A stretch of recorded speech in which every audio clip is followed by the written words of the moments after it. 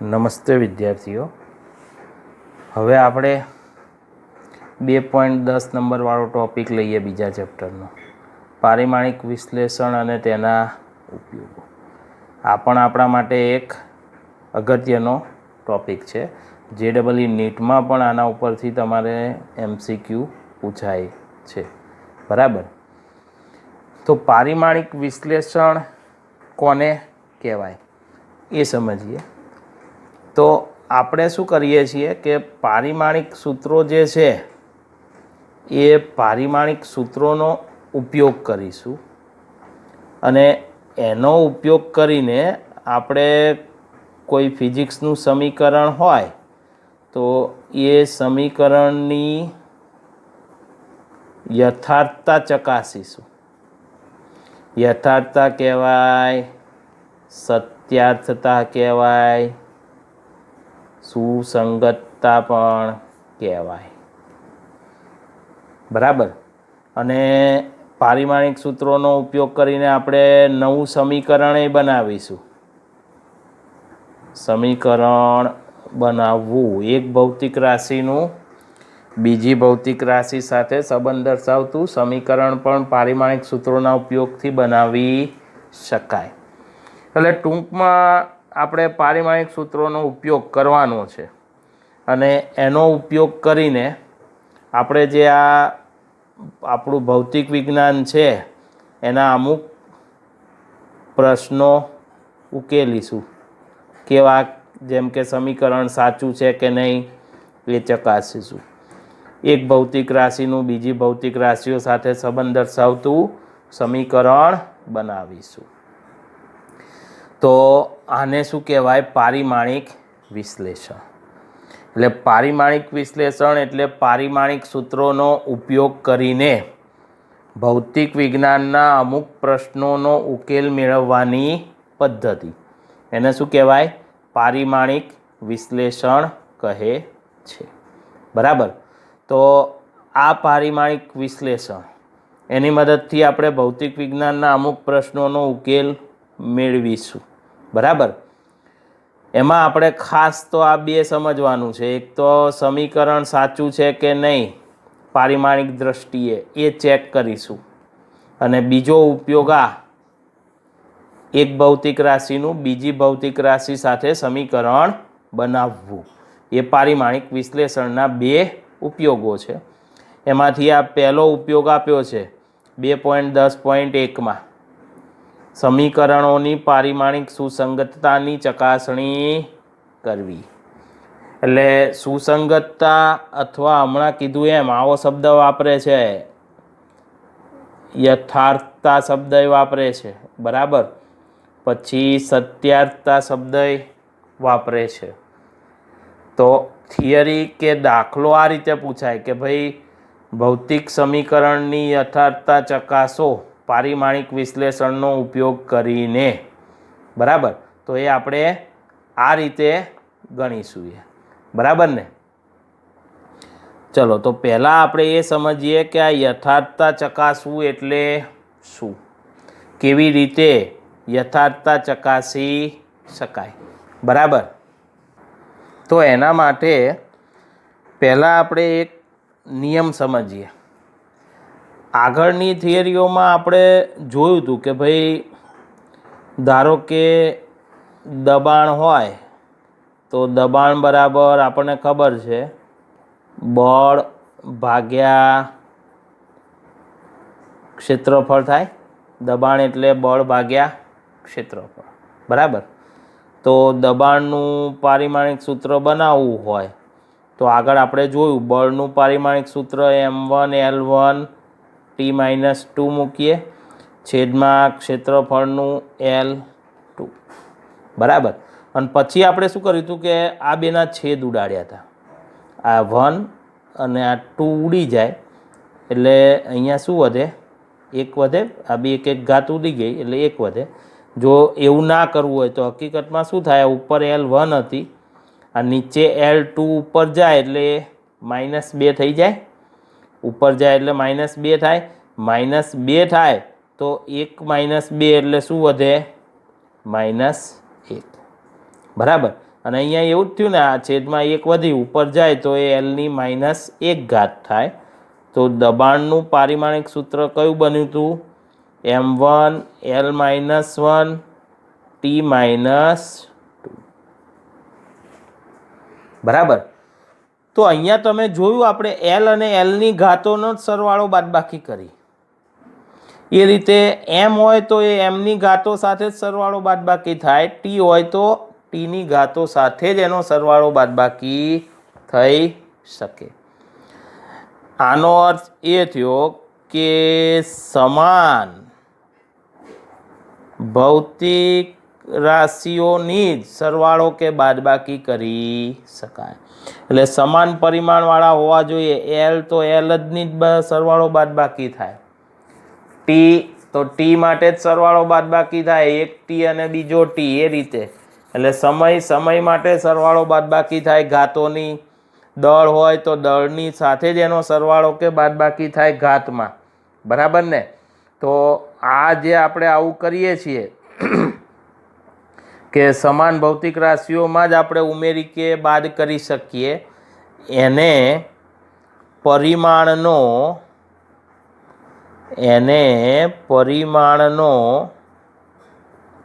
સુસંગતતાનો નિયમ કહેવાય. એને શું કહેવાય? પરિમાણનો સુસંગતતાનો નિયમ. પરિમાણનો સુસંગતતાનો નિયમ શું કહે છે? કે સમાન ભૌતિક રાશિને જ આપણે એકબીજામાં ઉમેરી શકીએ કે બાદ કરી શકાય. બરાબર. ધારો કે દળ હોય તો દળને લંબાઈ સાથે સરવાળો બાદબાકી ના કરી શકાય આનો. બરાબર. એ રીતે ધારો કે વેગ હોય તો તમે વેગમાં બળને ઉમેરી શકાય નહીં. બરાબર. એ રીતે ધારો કે વિદ્યુત પ્રવાહ છે તો વિદ્યુત પ્રવાહને તમે તાપમાન સાથે સરવાળો કે બાદબાકી કરી શકાય નહીં. સમજાયું? તો સમાન ભૌતિક રાશિઓને જ ઉમેરી કે બાદ કરી શકાય. આને શું કહેવાય? તો આને પરિમાણનો સુસંગતતાનો નિયમ કહેવાય. એટલે પરિમાણનો સુસંગતતાનો નિયમ શું કહે છે?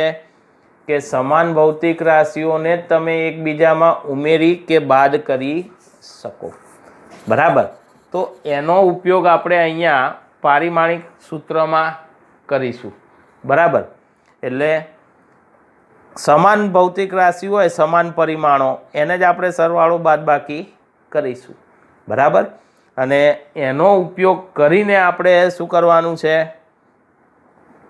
તો સુસંગતતાની ચકાસણી, એટલે યથાર્થતાની ચકાસણી, સમીકરણ સાચું છે કે નહીં એ ચકાસવાનું છે. તો પારિમાણિક દ્રષ્ટિએ સમીકરણ સાચું છે કે નહીં એની આપણે ચકાસણી કરીએ. એ ચકાસણી કેવી રીતે કરવાની? તો એના માટે એક પહેલાં સાદું ઉદાહરણ લઈએ. ધારો કે ન્યૂટનના ગતિના બીજા નિયમ પ્રમાણે બળ F બરાબર ma, આવું આપણી પાસે સમીકરણ છે. ભૌતિક સમીકરણ છે આપણી પાસે આવું. બરાબર. હવે આ સમીકરણ પારિમાણિક દ્રષ્ટિએ સુસંગત છે કે નહીં એની ચકાસણી કરવી છે. પારિમાણિક દ્રષ્ટિએ યથાર્થ છે કે નહીં એની ચકાસણી કરવી છે. બરાબર. તો કેવી રીતે એની ચકાસણી કરાય એ સમજો. એના માટે શું કરવાનું? એક તો પહેલી વસ્તુ કે પારિમાણિક વિશ્લેષણનો ઉપયોગ છે. પારિમાણિક વિશ્લેષણ એટલે પારિમાણિક સૂત્રોનો ઉપયોગ કરવાનો. એટલે આમાં પારિમાણિક સૂત્રોનો ઉપયોગ કરવો જ પડે. બરાબર. તો એ માટે સૌથી પહેલાં આપણી પાસે સમીકરણ છે, એની બે બાજુ છે. એક જમણી બાજુ છે અને બીજી એક ડાબી બાજુ છે અને બીજી જમણી બાજુ છે. એટલે આપણે શું કરીશું કે સમીકરણની બે બાજુના પારિમાણિક સૂત્રો મૂકીશું અને ચેક કરીશું. જો બે બાજુના પારિમાણિક સૂત્રો સમાન હોય, બંને બાજુ પરિમાણો સમાન હોય, તો તો પછી એ સમીકરણ પારિમાણિક દ્રષ્ટિએ સુસંગત છે એવું કહેવાય, યથાર્થ છે એવું કહેવાય, સાચું છે એવું કહેવાશે. બરાબર, જોઈ જોઈએ. ચલો, આ બાજુ બળ છે. બળનું પારિમાણિક સૂત્ર આપણે યાદ રાખવાનું કીધું છે, m1l1 t-2. આ બળનું પારિમાણિક સૂત્ર. બરાબર, આ ડાબી બાજુ છે. ચલો, હવે જમણી બાજુમાં દળ છે અને ગુણ્યા પ્રવેગ છે. આ m એ દળ છે અને એ એટલે પ્રવેગ છે. ચલો, એનું પારિમાણિક સૂત્ર મૂકીએ. દળ m1, L0 ને T0 અત્યારે નથી લખતા, છેલ્લે લખીશું જે આવે. પછી પ્રવેગનું પારિમાણિક સૂત્ર L1 T-2 યાદ છે ને? બરાબર.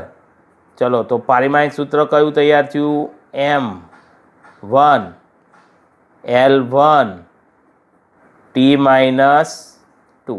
આ જમણી બાજુનું પારિમાણિક સૂત્ર. બરાબર. ડાબી બાજુનું પારિમાણિક સૂત્ર M1 L1 T-2 હતું. જમણી બાજુ જેટલી ભૌતિક રાશિઓ હોય એ બધાને સમાન ભૌતિક રાશિને એકબીજામાં ઉમેરી કે બાદ કરી પાછું પારિમાણિક સૂત્ર બનાવ્યું, તો એ પણ M1 L1 T-2 જ આવ્યું. તો આ તો બે સરખા નીકળ્યા. એટલે ડાબી બાજુનું પારિમાણિક સૂત્ર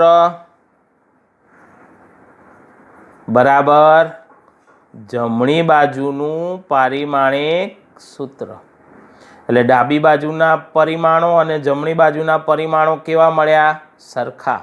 જો આવું થાય, સરખા મળે, તો આવું કહેવાય કે તો પછી આપેલ સમીકરણ પારિમાણિક દ્રષ્ટિએ યથાર્થ છે, સુસંગત છે, સાચું છે. બરાબર. કેવી રીતે યથાર્થતા ચકાસાય? સાચું છે કે નહીં, સુસંગત છે કે નહીં, કેમ ચકાસવાનું? ખબર પડી ગઈ. તમને એક સમીકરણ આપશે, અંદર કઈ ભૌતિક રાશિ છે એના નામ બી આપી દેશે કે ભાઈ આ F એટલે બળ છે, M એટલે દળ છે, E એટલે પ્રવેગ છે. અને પછી એમ કહેશે કે આની યથાર્થતા ચકાસો, સુસંગતતા ચકાસો.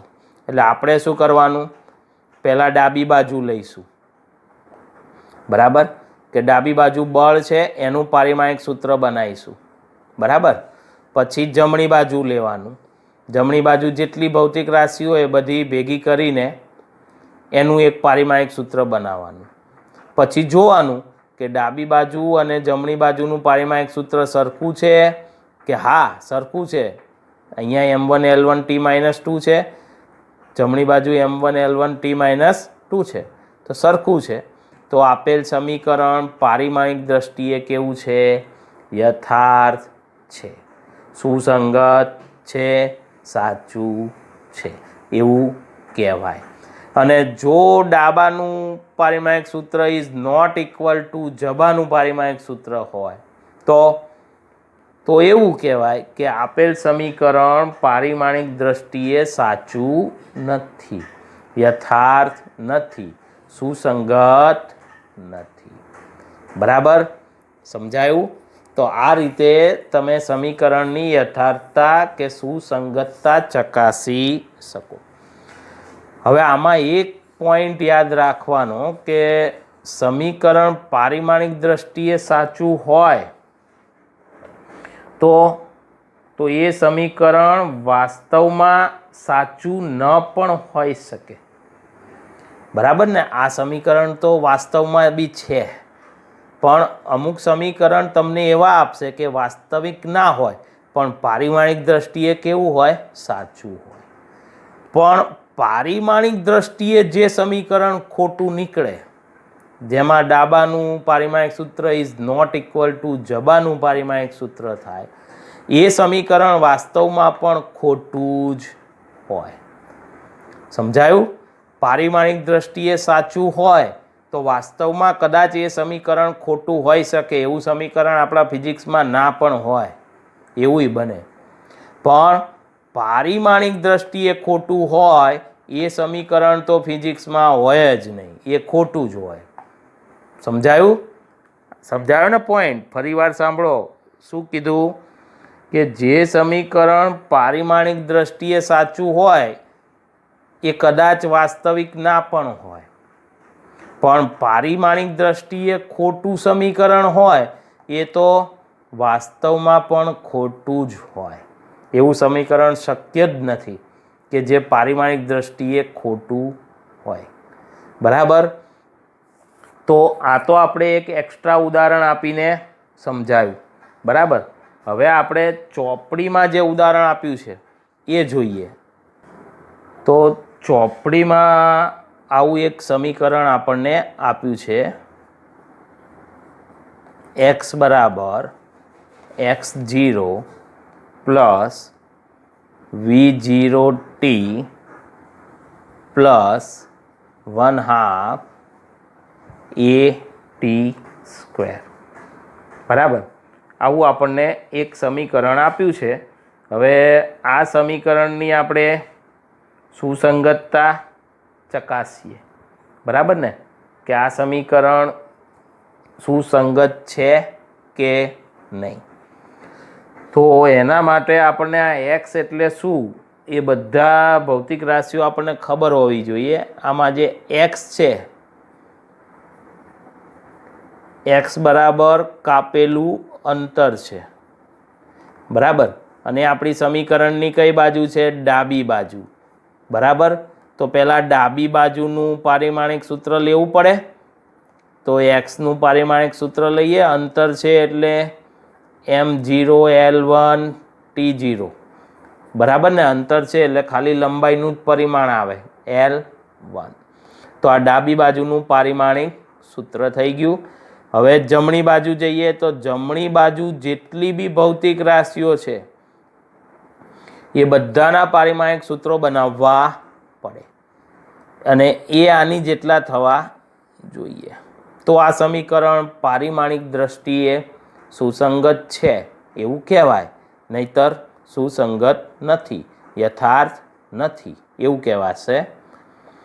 પણ અહીંયા તો ડાબી બાજુ જમણી બાજુમાં 3 પદો છે. 3 પદો હોય તો જેટલા પદો હોય એ બધાના પારિમાણિક સૂત્રો સરખા થવા જોઈએ. આ પહેલું પદ, બીજું અને આ ત્રીજું પદ છે. તો આ ત્રણેયના પારિમાણિક સૂત્રો આના જેવા થવા જોઈએ, તો જ આ સમીકરણ સાચું છે તેમ કહેવાય. એટલે જમણી બાજુ પહેલાં x0 એ પ્રારંભિક અંતર છે. કેવું અંતર છે?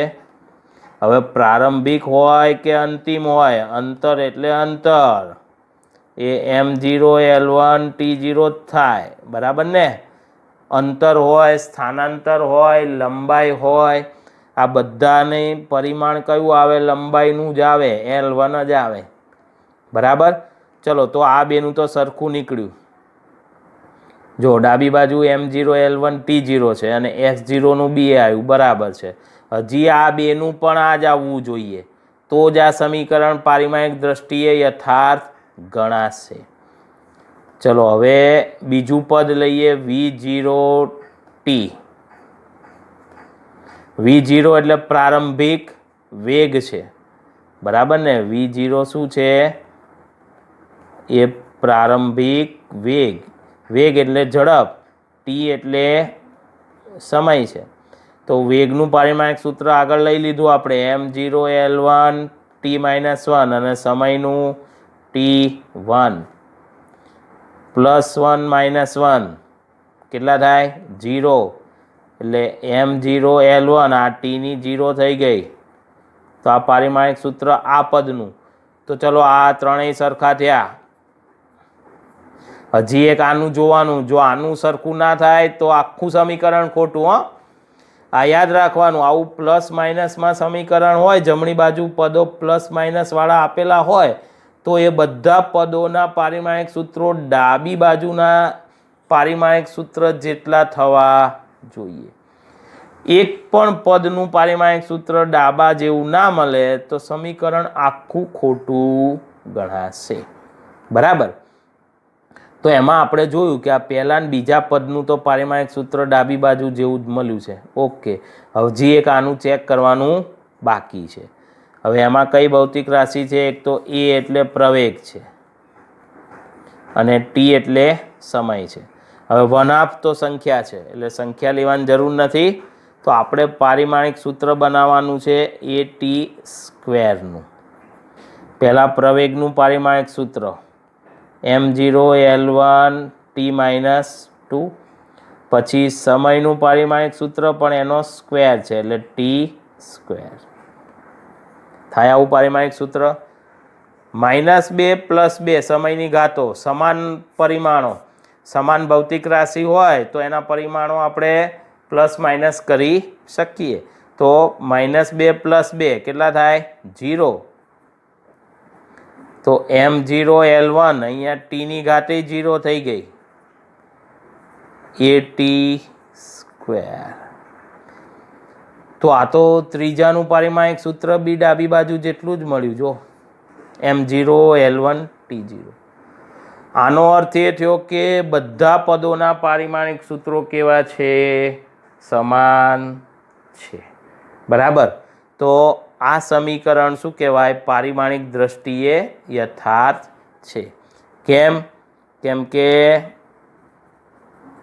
સમીકરણના બધા જ પદોના પારિમાણિક સૂત્રો કેવા છે? સમાન હોવાથી શું કહેવાય? આપેલ સમીકરણ પારિમાણિક દ્રષ્ટિએ શું કહેવાય? સાચું છે, યથાર્થ છે, સુસંગત છે. સમજાયું? તો સમીકરણની સુસંગતતા, યથાર્થતા આ રીતે ચકાસી શકાય કે બે બાજુના પારિમાણિક સૂત્રો ચેક કરવાના.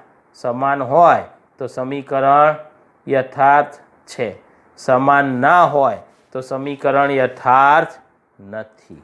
બરાબર. હજી એક એક્સ્ટ્રા આપણે ઉદાહરણ લઈ લઈએ. બરાબર ને? પ્રેક્ટિસ થઈ જાય આપણને સુસંગતતા ચકાસવાની. તો એના માટે એક આવું સૂત્ર છે કે ગતિ ઉર્જા K બરાબર 1/2 mv2² - 1/2 mv1². જ્યાં આ K શું છે? ગતિ ઉર્જા છે. બરાબર. m એટલે દળ, v2 અંતિમ વેગ, v1 પ્રારંભિક વેગ. તો આ સમીકરણની યથાર્થતા ચકાસવી છે, સુસંગતતા ચકાસવી છે. તો શું કરવું પડશે? ડાબી બાજુ આ એક પદ છે, જમણી બાજુ બે પદ છે. એટલે જમણી બાજુનું આ પહેલું પદ અને બીજા પદનું પારિમાણિક સૂત્ર એ આ ડાબી બાજુના પદ જેટલું હોવું જોઈએ. તો આ સમીકરણ પારિમાણિક દ્રષ્ટિએ સુસંગત છે તેમ કહેવાશે. નહીતર પારિમાણિક દ્રષ્ટિએ સુસંગત નથી. બરાબર. ટૂંકમાં આવા સમીકરણ હોય, આવા પ્લસ માઇનસ વાળા પદોવાળા, તો એમાં જેટલા પદો હોય એ બધાના પારિમાણિક સૂત્રો સમાન થવા જોઈએ. તો જ એ સમીકરણ પારિમાણિક દ્રષ્ટિએ યથાર્થ છે તેમ કહેવાય. અને યાદ રાખો, આમાં દરેક પદના પારિમાણિક સૂત્રો જુદા જુદા શોધવાના હો. અહીંયા માઇનસ છે એટલે આ બેના પારિમાણિક સૂત્રોની બાદબાકી ના થાય. આનું એક પારિમાણિક સૂત્ર બનશે, આનું બી એક અલગ બનશે અને આનું બી એક અલગ બનશે. જેમ આપણે આગળ જોયું ને, x0નું એક બનાવ્યું, એક પારિમાણિક સૂત્ર v0 t નું બનાવ્યું અને એક પારિમાણિક સૂત્ર 1/2 at² નું બનાવ્યું. ત્રણેયના અલગ બનાવ્યા. એમ અહીંયા પણ આ ત્રણેયના પારિમાણિક સૂત્રો અલગ અલગ બનાવવા પડે અને એ બધા કેવા હોવા જોઈએ? સમાન હોવા જોઈએ. ચલો, તો પહેલા ડાબી બાજુ લઈએ. ડાબી બાજુ ગતિ ઉર્જા છે. બરાબર ને? અને આપણે આગળ કીધું હતું ગતિ ઉર્જા એટલે ઉર્જા ઉર્જાનું અને કાર્યનું પારિમાણિક સૂત્ર કેવું હોય? સરખું. અને એ આપણે યાદ રાખવાનું પણ કીધું છે. કયું હોય? m1l2t-2. ઉર્જા અને કાર્ય પારિમાણિક સૂત્ર સરખું. ઉર્જા ગમે તે હોય, ગતિ ઉર્જા હોય, સ્થિતિ ઉર્જા હોય, યાંત્રિક ઉર્જા હોય, ઉષ્મા ઉર્જા હોય, વિકિરણ ઉર્જા પણ આવશે, આપણે ગમે તે ઉર્જા હોય, પારિમાણિક સૂત્ર આ જ થાય. બરાબર. ચલો, તો ડાબી બાજુનું પારિમાણિક સૂત્ર લઈ લીધું છે. હવે જમણી બાજુ બે પદો છે, પહેલું પદ અને બીજું પદ. એમાં પહેલા પદમાં m એટલે આ દળ, v2 એટલે શું છે? અંતિમ વેગ. એ અંતિમ હોય કે પ્રારંભિક, આપણે આ લેવાનું. વેગનું પારિમાણિક સૂત્ર આવે, અંતિમ હોય કે પ્રારંભિક વેગ હોય. તો પછી mv2 સ્ક્વેર છે, એનું પારિમાણિક સૂત્ર બનાવીએ. m એટલે દળ, દળનું પારિમાણિક સૂત્ર m1. વેગનું પારિમાણિક સૂત્ર L1t-1, પણ એનો સ્ક્વેર છે પાછો, યાદ રાખજો. જો અહીંયા v2 સ્ક્વેર, તો પારિમાણિક સૂત્ર m1 1 ગુણ્યા 2 L2, ઘાતની ઘાત હોય એટલે એનો શું થાય? ગુણાકાર થાય. આ Lની 1 ઘાત છે ને 12 પાછી 2 ઘાત સ્ક્વેર છે, એટલે ઘાતની ઘાતનો હંમેશા ગુણાકાર થાય. તો 1 ગુણ્યા 2 એટલે 2, માઇનસ 1 ગુણ્યા 2 માઇનસ 2. તો આ જમણી બાજુના પહેલા પદનું પારિમાણિક સૂત્ર. તો એ તો હજી ડાબી બાજુ જેવું જ છે. જો m1l2t-2. તો ઓકે, આ બેના સરખા છે પારિમાણિક સૂત્રો. બરાબર. હજી આ બીજું પદ જમણી બાજુનું ચેક કરીએ. એનું બી જો આના જેવું આવે, આ બે જેટલું, તો આ સૂત્ર, આ સમીકરણ પારિમાણિક દ્રષ્ટિએ યથાર્થ છે એવું કહેવાશે. ચલો, હવે બીજું પદ લઈએ, mv1 સ્ક્વેર. v1 એટલે પ્રારંભિક વેગ છે આ. બરાબર ને? v1 શું છે? પ્રારંભિક વેગ. આ આપણું જ સૂત્ર છે. આપણે 5મા 6ઠ્ઠા ચેપ્ટરમાં આ સૂત્ર આવશે ભણવામાં. બરાબર. તો વેગ એટલે વેગનું જ પારિમાણિક સૂત્ર આવે. પહેલા m એટલે દળ છે, આ m1. વેગનું L1t-1 અને એનો પાછો સ્ક્વેર છે. તો ફરી પાછું આ જ થઈ જાય ને, m1 L2t-2. તો આ તો ડાબા જેટલું જ આવ્યું. ત્રણેયના પારિમાણિક સૂત્રો કેવા છે? સરખા. એટલે ફરી પાછું આવું લખવાનું, સમીકરણમાં બધા જ પદોના પારિમાણિક સૂત્રો સમાન હોવાથી આપેલ સમીકરણ શું કહેવાય? પારિમાણિક દ્રષ્ટિએ સુસંગત છે, યથાર્થ છે. બરાબર. તો સમીકરણની યથાર્થતા આ રીતે ચકાસી શકાય. કોઈ પણ સમીકરણ હોય એની યથાર્થતા આ રીતે ચકાસવાની. ડાબી બાજુ અને જમણી બાજુ જેટલા પદો હોય એ બધાના પારિમાણિક સૂત્રો લખી કાઢવાના. પછી સમાન પરિમાણોને શું કરી નાખો? પ્લસ માઇનસ કરી નાખો. પણ એ આવા એક જ પદ ના હો, વચ્ચેની માઇનસ નિશાનીવાળું આ પછી બીજું પદ હોય તો આ બે પદોના સમાન ભૌતિક રાશિના પ્લસ માઇનસ ના થાય. આ એક જ ગુણાકાર ભાગાકાર વાળું જે આખું પદ હોય એનું જ આ સરવાળો બાદબાકી થઈ શકે. બાકી દરેક પદના પારિમાણિક સૂત્રો અલગ અલગ બનાવવાના. અને એ બધા જો સરખા હોય પારિમાણિક સૂત્રો દરેક પદના, ડાબી બાજુના દરેક પદ, જમણી બાજુના દરેક પદ, તો એ સમીકરણ પારિમાણિક દ્રષ્ટિએ સુસંગત છે એવું કહેવાય, સાચું છે એવું કહેવાય. અને જો કોઈ બી એક પદનું પારિમાણિક સૂત્ર બી જુદું હોય તો પણ એ સમીકરણ પારિમાણિક દ્રષ્ટિએ સાચું કહેવાય નહીં. બરાબર.